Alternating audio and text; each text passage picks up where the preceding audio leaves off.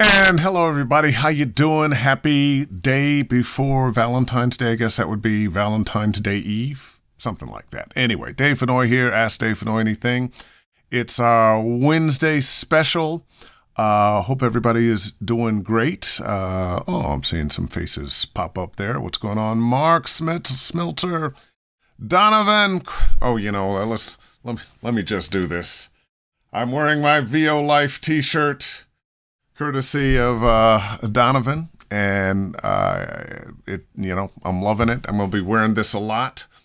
I should probably get 2 or 3 because when this one gets dirty, I'll want to put on another one, and get them in different colors and all of that, and wear it under my tuxedo and everything. Anyway. Camilla, Tamiko, Heather Mann, Lori Katz, what's going on? Working with you, love it. Heather, Deanna, DK Voices, hi, what's going on? Let's see, what does Mark have to say? Yoo-hoo! Hope you're doing well, Dave, in LA. Would love to connect sometime here. Cool shirt. Good luck with your gigs. Thank you. Hey, Krista, how are you? Good to see you. Anyway, let me jump right in here with some stuff. I'm going to be doing a little teaching with another friend of mine.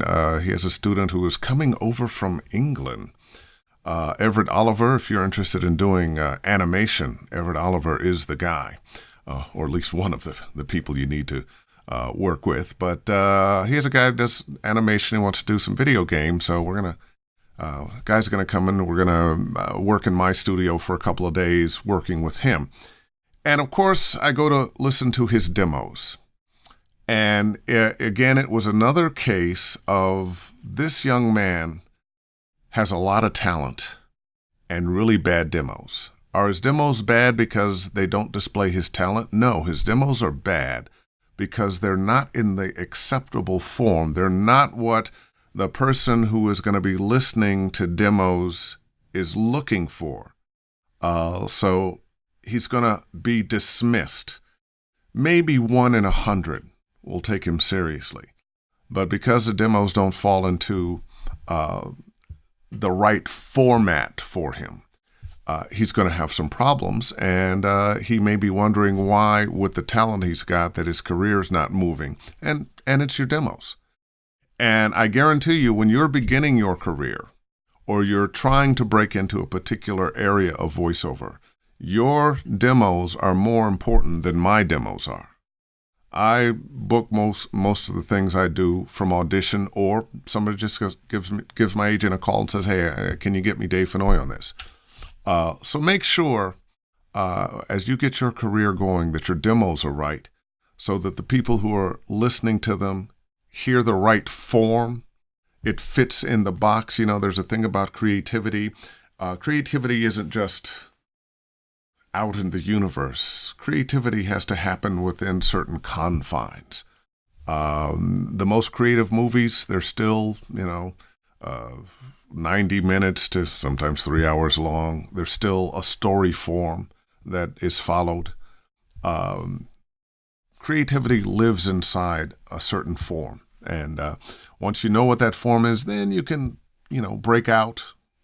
But whatever it is you're trying to do, don't try to be completely 100% different than everybody else, which I don't think this young man was doing. I think he just didn't know and didn't do enough research to get it right. I want you to get it right, okay? And we can talk about that more if somebody has more questions. Let's see. Does anybody have any questions yet? Hopefully, yes. Hey, Pamela, how are you? Kevin, Katie, and Cody. Cody Bronson, Chicago. We went to college together. One of the craziest guys I've ever met. Love him. Bernard, what's going on? Gaines, Linda, Bernard, Shane. No questions yet, huh? Well, I got a question for you. Tomorrow is Valentine's Day. And actually, this is 2 questions. What is the perfect gift to give somebody that you love who does voiceover? Also, question number 2, what is the perfect gift to give that person that you love that is supporting you in your voiceover career. And I mean, when I say supporting, I don't mean paying all the bills. I mean, they're supporting the fact that you took this on because it can be a little different doing voiceover. It's not like getting up and going to somebody's regular job. You have to treat it that way, but sometimes you're making a lot of money, sometimes you're not. It takes a while to get your gears going. So what's that perfect gift for you, the voiceover person, to give to that loved one that is supporting you? Think about that. Also, some other news. Thursday, the 28th at 6 p.m., I'm going to be doing a webinar. It's a free webinar where we're going to look at narration, TV promos, and video games, of course, and auditioning. Those four things will give some people an opportunity to read some copy and get some critiques. So there'll be more information about that coming later on, but it will be a free webinar, 6 p.m. on Thursday, the 28th, and you'll hear more about it. I'll be talking more about it over the next couple of weeks. Okay, Donovan asks a question. When did you know you were ready to start coaching others? That actually is a good question. And I tell the story. My mother was a school teacher all her life and became a reading specialist. And she always said, son, you should teach. You should be a teacher. And I remembered looking at how much homework she brought home, grading papers, coming up with curricula, all that kind of thing. And I was like, oh, are you kidding? No, it's not for me. But anybody that's been doing voiceover for a while and has been working for a while, everywhere you go, when people find out, they want to know, well, how'd you get into this? Well, people tell me I have a great voice. I should be doing voiceover too. Well, voiceover, that sounds like fun. So you're just talking for a living? So people ask you and ask you and ask you. And geez, 10 years or more ago, I started okay, well, I'll give some lessons. I learned a couple things early. One, if you don't charge anybody, they do not value it. I tried to give it away to a couple of friends. I said, look, come every Monday, such and such a time, and because we're boys, man, so I'll be happy to help you. He came twice, and then I had set my time aside for him. And he just wouldn't show, didn't call, no nothing. And finally I called, so dude, what's up? And, oh man, that 20-minute drive to your place, man, it's kind of, And I realized, you know what? He doesn't value. I was throwing, as they say, pearls before swine. But when did I know that I could teach? It was when I began to understand, when I kind of started reverse engineer what it is that I do and what other voice actors do that is successful. What is it that works? What are we really trying to do? And then you begin listening for what you want to hear and noticing when it's not right. Noticing the things that are not real, the things that are contrived, the things that are not in the time that we are now. If somebody comes to me and they want to do voiceover like this, I said, well, save that voice. It may work on something at some time, some cartoon character, some video game character, some corny commercial, a character in it. But we're living in a world now where people want to be told, share information with me. Don't sell me. So the best way to sell somebody is not to sell them.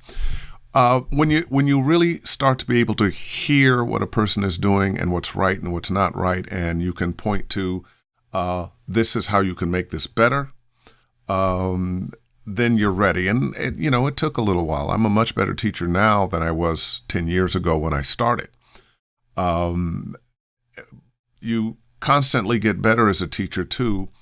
When you're always trying to find another way to reach someone to share with them what it is you mean. I remember a lot of sessions I'd be in where just have fun with it. The hell does that mean? I just say it. I thought I was saying it.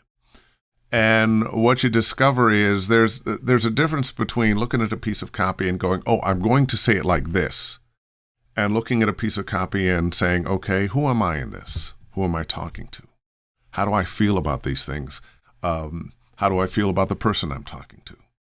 And forget about, I'm going to say it like this, and be more, I'm this person talking to this person with this attitude. When you can get to that, and there's some technical things you can do to help somebody, but I always try to find, let's make it as organic as we can. Yeah, there's some technical things, but I want you to know why the technical thing. And once you can start doing that, and you've developed your ear, you can be a pretty good teacher. And the other thing, going back to my mom, I didn't think I'd like teaching, but I find I really enjoy teaching. And when somebody gets it, when somebody starts improving and that the light goes on, or somebody I've worked with starts booking video games or TV promos, whatever we've been working on, makes me feel pretty good. Anyway. I was a student of yours back then. A great start. Thanks, Bernard. In the wise words of Everett Oliver, don't overthink it. Yeah, true that. Thanks, Donovan. Now, nobody is coming up with these wonderful ideas for gifts for Valentine's Day. As a voiceover actor, what would I like for Valentine's Day? Another microphone is always a good thing. Here's an idea. Is there some love poetry that you like that maybe your loved one might like to have you read or have a reading of you doing? I mean, we're all about the voice. You can... Oh, my love, when I think of you, I think of sunshine. I think of stars. I think of summer and spring and winter and fall, because I'm making that up as I go along, but you can imagine. Sean, student of mine, working today. Hey, Dave, glad you enjoy teaching. You're a natural and offer great and fair guidance. Thank you so much. I appreciate that, Sean. Tamiko, thank you for such great information. Do you need to be able to do different voices and accents to do voiceover? Also, is networking the best way to get into video games? Let me unpack all of that. No, you don't have to do a lot of different voices and accents to do voiceover. There are people out here who do one thing and one thing only. It's be them, and they connect that way. There are other people who can do anybody's voice, and they connect that way. We all have whether you do any other voices or not, we all have a talent that is who we are. When we are able to share somebody else's words filtered through who we are and our worldview, connected to the person that we're talking to, you can find success in that. If you're doing corporate NAIR, e-learning, any number of things that don't require anybody's accent, it's just connecting with the copy, connecting with the audience that you're speaking with. So no, you don't have to have a lot of different voices. And I know sometimes it can be intimidating when you want to do voiceover and that's not the thing that you do, but you keep hearing these people that do, and it seems so easy for them. But don't let that intimidate you. You have something special, and that special something is you. Also, is networking the best way to get into video games? The best way to get into video games is by auditioning. Now, how do you get auditions? As a matter of fact, let's talk about auditioning for a little bit. It's what our work really is, because I know when I'm on the job, I'm having fun. yeah, I'm going to give them what it is they're asking for. I'm going to be playing the part, but I enjoy it so much when I'm on the job. And it doesn't matter if it's a video game, if it's a cartoon, narration, commercial, TV promos. I love it all. But the way to get on the job and have that enjoyment is to audition well. So I think that is the most important thing in your repertoire of skills, is to audition well. If you have a great demo, great. You got a great website, great. But your demo is to get you an agent and get people interested enough in you to send you auditions. If you don't audition well, you're going to have some problems. Does that mean networking is not important? No, networking is very important, especially now in this business. Because it used to be, I would go to my agent's office. All my voiceover buddies were there. We got to say hello and whatnot, go to lunch or something. You went to a studio to do the job instead of your home studio. You went to the studio to do the job, and you met other voiceover people. You met the engineers. You met the people you were working with. Everybody was there. You could touch each other. The world has changed a lot now, thanks to the internet. Most of us have studios at home. We don't go into our agents' offices to audition. Many of us, thanks to the democracy of the internet, don't even have to work with agents. We can be anywhere in the country, a Mac, a microphone, high-speed internet, and you can have a voiceover career. You might not be able to do the high-end AAA work, but that doesn't mean you won't get paid and have a career that is valuable. So, yes, networking is a good thing for a number of reasons. Because we're so much at home now by ourselves, we don't always have somebody right handy to ask questions of. So you want to network, so you have a number of voiceover friends who can share information, and you can share information. So yeah, networking is a good idea, going to the conventions and conferences. The voiceover convention is very good. Also going to, say, Promax, if you're interested in doing promos. People are your best resource. You always want to get to know somebody, and more importantly, let somebody get to know you so that you're top of mind. All right. I just taught my first promo workshop last weekend. It was a thrill. Love seeing the light bulb go on for them. There you go. There you go. And Donovan, at the same time, I know you're still a student of voiceover. And despite the fact that I teach, I'm still a student of voiceover. Rama Rodriguez, perfect gift, a red and heart-shaped Chaotica eyeball. I like that. I like that. A red and heart-shaped Chaotica eyeball. You know, somebody should have gotten a hold of Chaotica eyeball a few months ago. They could have gotten that into production. Jeff Jordan joined. I like the Longhorns there, Jeff. Nicely done. What are some actionable steps that one can take to obtain representation outside our own region in the way of our animation video game demos?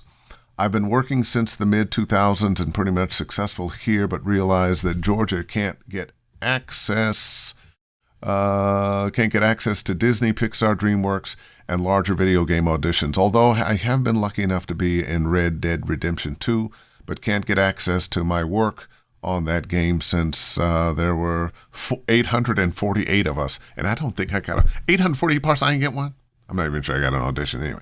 Also, a vocal massage for Valentine's Day would be great. Oh, a vocal massage for Valentine's. Hello, how are you? So nice to see you. Anyway, that was a little bit of vocal massage. Well, let's go back. There was a lot there.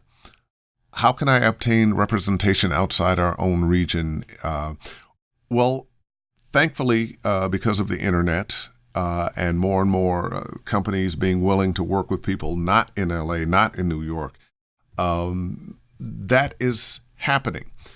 But that means make sure your demos are right and contact agents outside of your marketplace. I have agents in a number of different cities around the country and internationally, and you can too. And if they don't react to you right away positively, keep knocking on the doors. I wouldn't suggest you send one tape to Atlas here in Los Angeles and send it to Atlas, send it to CESD, send it to SBV, send it to Vox. Talent agencies are always changing up people. People leave, start their own agencies.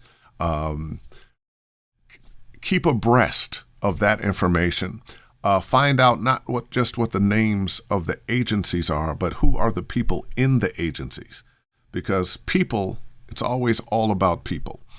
Find out who those people are, and find somebody who can champion your cause. Find those small, newer agencies in Los Angeles, in New York. Well, let's talk about Los Angeles if we're talking video games. And get your information to those people. Get your demos to those people. If you get to a point where you have enough people that are talking about possibly representing you, consider taking a trip out here. Take a week. Set up your meetings in advance. Take a trip out here for a few days and meet some people. Sit in on some workshops. Take a private lesson with me or somebody else. Get to know some people. Show them how serious you are. Okay. Also, let's talk about Georgia a little bit, Sloan, Warren. You've asked some very good questions. Atlanta is, of course, now the Hollywood of the South. CNN started there. Now you've got lots of studios there. So there are more opportunities there than you might realize. I know when Telltale Games was around, they did hire some people from outside of Los Angeles to be on the Walking Dead game and some other games. And some of the people they hired were out of Atlanta. So also don't give up hope that you can get hired from there, because you can. All right. All right. Good question, Sloan Warren. Appreciate it. Lori Katz, I gave Keith the 5th chocolate chip cookie in the shape of a bear, sent it to his office. Aw, that's the way to treat your husband, Lori. Yes, gave him a 5-pound chocolate chip. Ooh, that's a big cookie. Hopefully he'll share.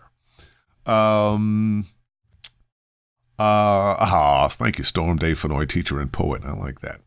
Dannon Green, one of my favorite comedians. What's going on, man?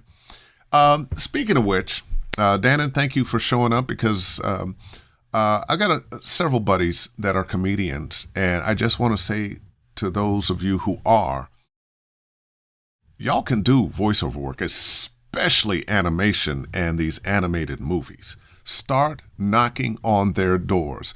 And the persona you have on stage, whatever that is what is going to work. Just saying. Speaking of which, hello, Dave. Hello, Deb. Always a student, absolutely.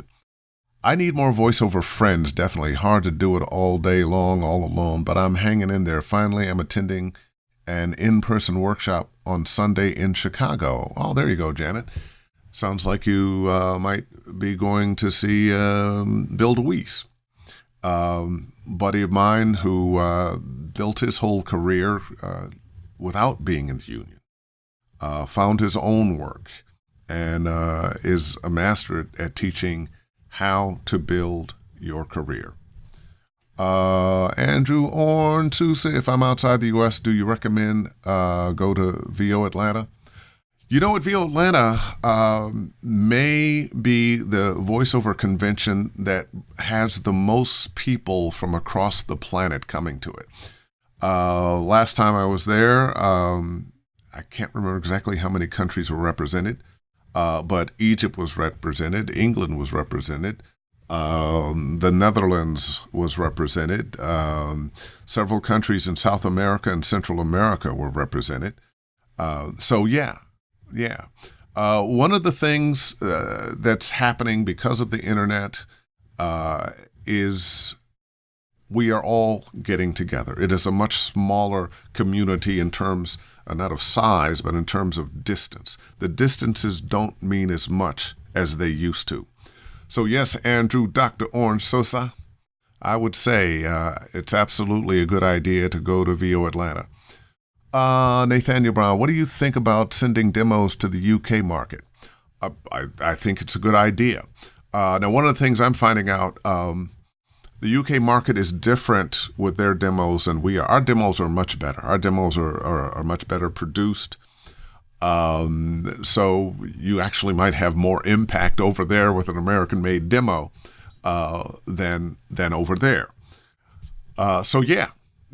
And there is a lot of work for American voices in Europe, the Middle East, and Asia. One of the things I do is e-learning for a company. And I remember they were asking me, we need some voices of a particular this, that, and the other. And I had a couple English friends. I've got a couple of English buddies. And they're like, no. We want American voices. Because people around the world who are teaching their children English want the American accent. So our accent from here, they feel about it kind of the way we feel about a good English accent. We have that fellow that comes over and he sounds so erudite and smart, and we just have to listen to him because clearly he knows everything. Our voices, our American accent does well across the world. Erica's voice. Hi, Dave. Enjoying your presentation. Thank you, Erica's. DK, how do you feel about pay-to-play sites such as Upwork? Well, I'm not familiar with Upwork. I think I've said it before. I'm not a huge fan of the pay-to-play sites, especially thedevilvoices.com. But it's a feature of the landscape of voiceover now. They're not going away, or they're not going away anytime soon.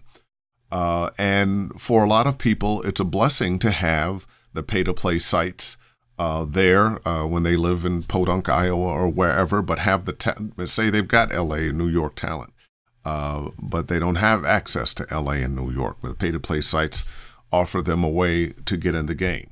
Now, the downside, of course, we have people on the pay-to-play sites that are driving the cost of our services down.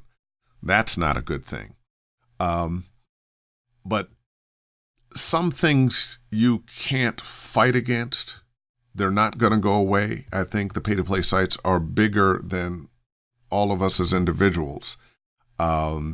Together, we may be able to have some effect on the pay-to-play sites and how much they pay and how they treat us. I think we have had an effect on Voices.com.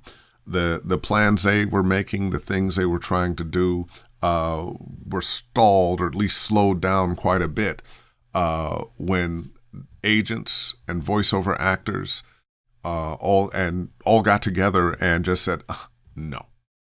Once they bought Voice Bank, it was over for them for their plans. I'm not saying they're going out of business, but they've had a big slowdown because the reaction from the voiceover community and the agent community was not good. Gabriel, what's up, man? I just love these young stars. Gabe, love you, man. You're gonna be one of the guys. I take it back. You are one of the guys. Speaking of another one of the guys, John Malone. What's going on? How you doing? Hey, Sandra Segrest. Christine, how are you? Oliver, how are you? Always great to see you. Oh, thank you, John Malone. What's the most money you've heard of anyone getting paid for one voiceover? I think it was the woman that said Beatrice back in the 90s. Beatrice was a food company that had all kinds. It's like a holding company. So you've got a company with a lot of tentacles. The big part of my hand is the company, and then it's got tentacles that own a bunch of other companies. Well, the big company was Beatrice. And Beatrice had this food and that food and that food and all these foods it was advertising. And they brought in this woman one time and she said, Beatrice. And that one word played after every commercial. I think over the course of 5 to 10 years, I don't remember how long it was, but she cleared several $1 million for that one word. I think that's the most. The best I ever did was Next, doing a promo at ABC. Walked in, they said, here's your script. It's one word. They said, say it, Next. They put it on 25 spots, and a couple weeks later, I had a check for $5,000. That's not nearly as exciting as those millions for Beatrice, but hey, you got to tell the stories you got. When is VO Atlanta this year? Dates, it's in March. I think it's the end of March. But don't quote me on that. I'm not going to be there this year, so I didn't plant it in my head. But you can Google VO Atlanta and it'll come up. Okay, where should I look for production companies outside the U.S., reputable agencies, production companies? Well, you don't always know if they're reputable right off the bat, but there's a company, Mandy.com, that has gobs of production companies from around the world. You can also just Google, say, production company, voiceover production companies, UK, voiceover production companies, or e-learning production companies, China, e-learning production companies, and put in the country that you're interested in and see what comes up. Google is our friend. I used to not be quite so annoyed with some people who asked me really simple questions that they could have found out themselves. But more and more, there is so much information on Google that some of the questions you get, and I'm not talking about you here, some of the questions people ask sometimes, you're like, if you're really interested, how come you haven't looked that up already? Maybe the question just occurred to them. I'll give them that benefit. But American accent has so many styles. USA is not Pilgrim anymore.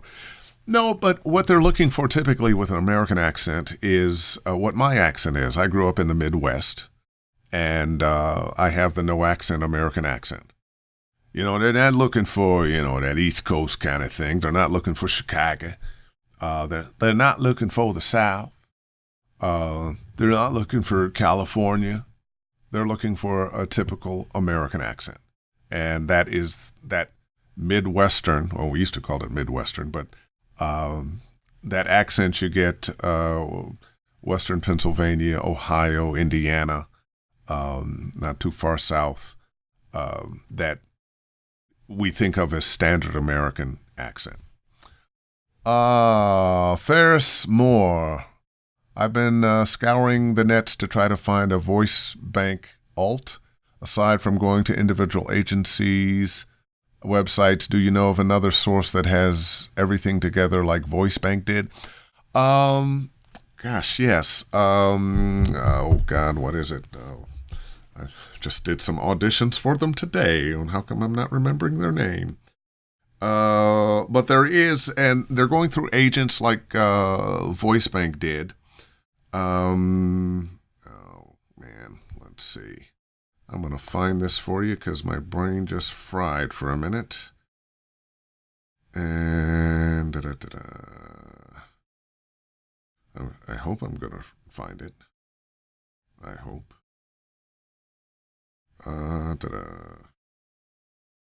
You know what? I cannot remember. Casting Network, the VoiceOver Casting Network. I'll find it. And Ferris, private message me, and I'll get it for you. My brain just stopped working for a moment. Would you recommend the experience of attending a VO conference or private coaching sessions? Both. You're going to get different things. When you go to a conference, And let me give you some rules of the road when you go to a conference. First of all, forget how shy you might be. Forget about, oh, gee, I just can't walk up and talk to people. And realize if somebody like me is there, whoever the people who are teaching and presenting, whoever is there, they're there to talk to you. They're there to share information with you. So do not be shy. Walk up to people, say hello, ask the questions you want to ask. If they're, busy on the way to someplace, can I get back to you on that whatever. Another thing, giving your card is great, but what you really want to do is get their card. If you want something from somebody, you're the one that has to take most of the action. You have to be responsible for that happening.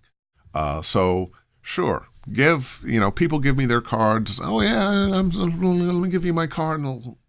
But if you don't get my card, chances are after a weekend at one of these things, and I didn't really know you don't have your picture on your card. I've had, 50, 60 conversations with people. I might look at that card and not quite remember who you are. But if you have my card and you have specific things you want to learn from me or get in touch with me about, then do that. You be the one that's calling and emailing and getting back and realizing, the person you're trying to reach may be busy. You may not get there the first time, but be persistent. What was the other part of that? So don't be shy. Give people your card, but make sure you get theirs so that you can get in touch with them. If classes are offered, take the classes. Soak in as much as you can, and then your peers, the people who are attendees like you are, make friends with them. Find out, you're going to find people that you like, that they like you. Stay in touch with them. Different cities, who knows? You might need a place to stay in some city. In some city, you need to record. And now you've got a friend that's got a studio that can help you out. You don't have to pay any money. People are always your best resource. People are always your best resource. Be as willing to give as you are willing to ask. So those would be, and the private coaching, of course. I always suggest people take classes before private coaching. One, it's a little cheaper. Two, you get an opportunity to see where you are with the other people in the class. You may discover, wow, I'm much better than I thought I was. Or you may discover, wow, I got a lot of work to do.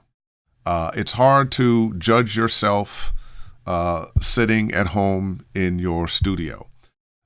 When you don't know what the criteria is and you listen to yourself, you're just, oh man, I sound really good. Well, maybe the quality of your voice is good, but your read might not be.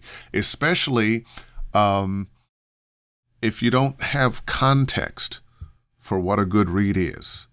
You think because your voice sounds good and it was musical and I went up here and I went down here, that's a good read.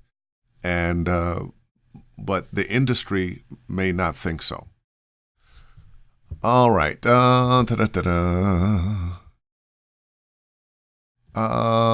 GDC another good con to meet other VO actors?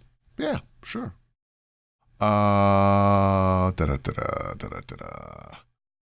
Okay, Mandy got jobs. Mandy got jobs, that's right. Linda, good stuff tonight. Thanks for giving your time. Happy to. Thank you. And you have to build relationships with them. Yeah, absolutely. People do things for people they like. For people that, I see young guys coming up that sometimes they remind me of me. And I go, wow, I remember being like that. Dude, yeah, let me help you with this.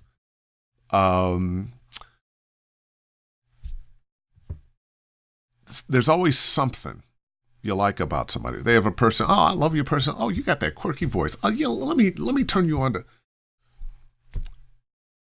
Don't be afraid of people who have accomplished things. They accomplish things usually because they had help from other people. Somebody along the way helped them. And most people are more like you than you suspect. Just because they're doing well doesn't mean that they're snooty-ooty and don't want to talk to you and don't want to share. I'm a pretty friendly guy. I'm a regular person. And most of the people I know in this business who are doing well are also very regular people. Do you know of any agencies in LA that are willing to work with New York talent? I'll say yes. And usually the reason they're willing to work with New York talent is because you're really, really good and you have the setup in your home to work anywhere.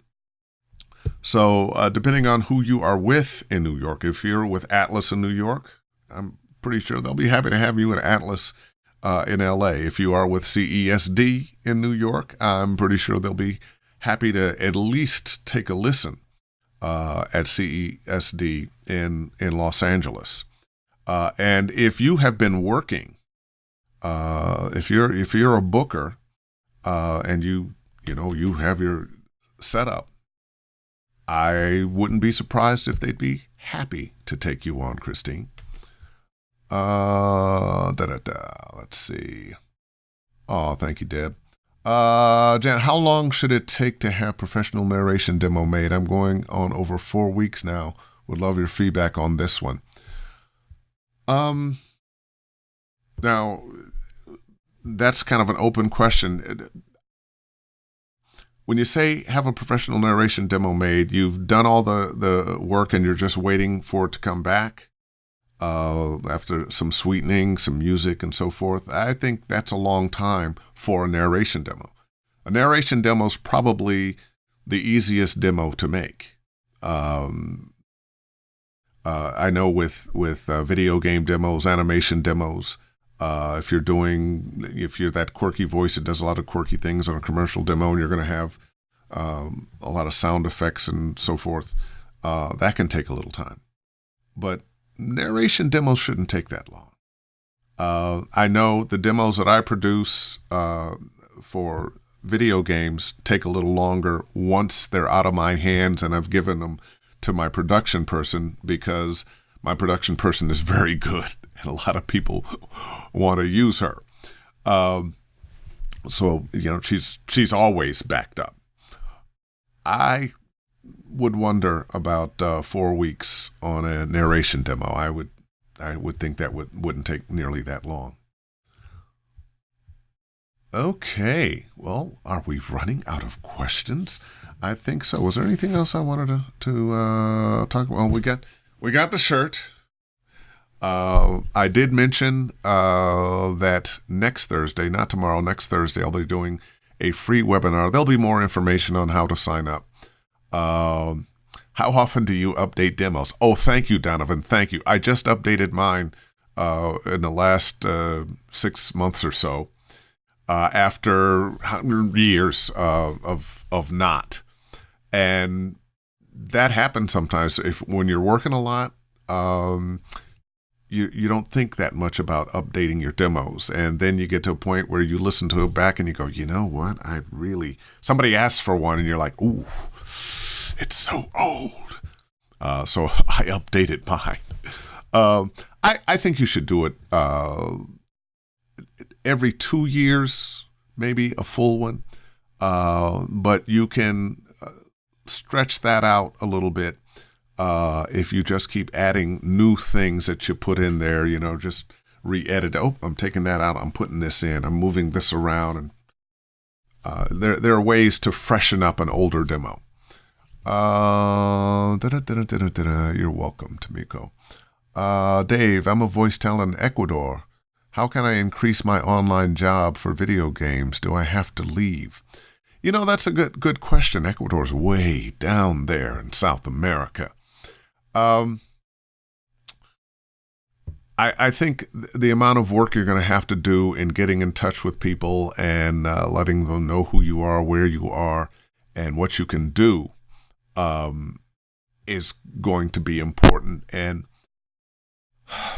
if you are exemplary talent, they're going to find a way to work with you.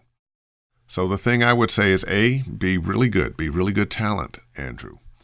and B, get your demo together with some of the games that you're on, and get that information to not only agents in the United States, but game developers in the United States, in China, in Japan, in Korea, in England, in Finland. It's a worldwide business. It's a worldwide business. Usually the games are in English, but a lot of games get translated into a number of other languages, and games that are in other languages get translated into English. It's just going to be a matter of you knocking on the doors. Oh, yeah. And if you want one of these shirts, what is it? voshirts.com. voshirts.com. Thanks, Steve, and happy Valentine's Day to you. Okay. Webinar next Thursday after Wednesday. I'll be Ask Dave Fennoy Anything, but next Thursday, free webinar. More information on that coming. I'm going to mention it again. Connection Open. It is the thing that's coming. This is, we're this far in to something that's going to be this big. And I'm certainly going to be using it. Sometimes I'm going to be doing some work on some people's demos where I'll be using it long distance with them because it's just so clean and natural.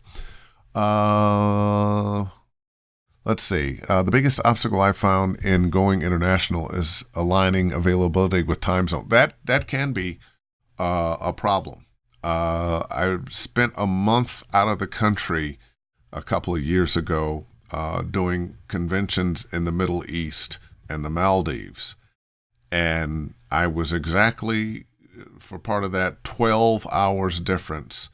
And I had jobs that I had to do and auditions that I had to do. And I found myself working all day, going to bed about 9 or 10, and then getting up at like 1 o'clock in the morning to do auditions and jobs back in the States. And it was nuts. And when I got back from that trip, and I felt like a zombie for about another month. Anyway. Well, let's wrap that up. It is 6:48. I want to wish everybody a very happy Valentine's Day. I hope you have somebody to love if it's only yourself. And we will do this again next Wednesday, 6 p.m. right here, Facebook Live. Ask Dave Fennoy Anything. See ya.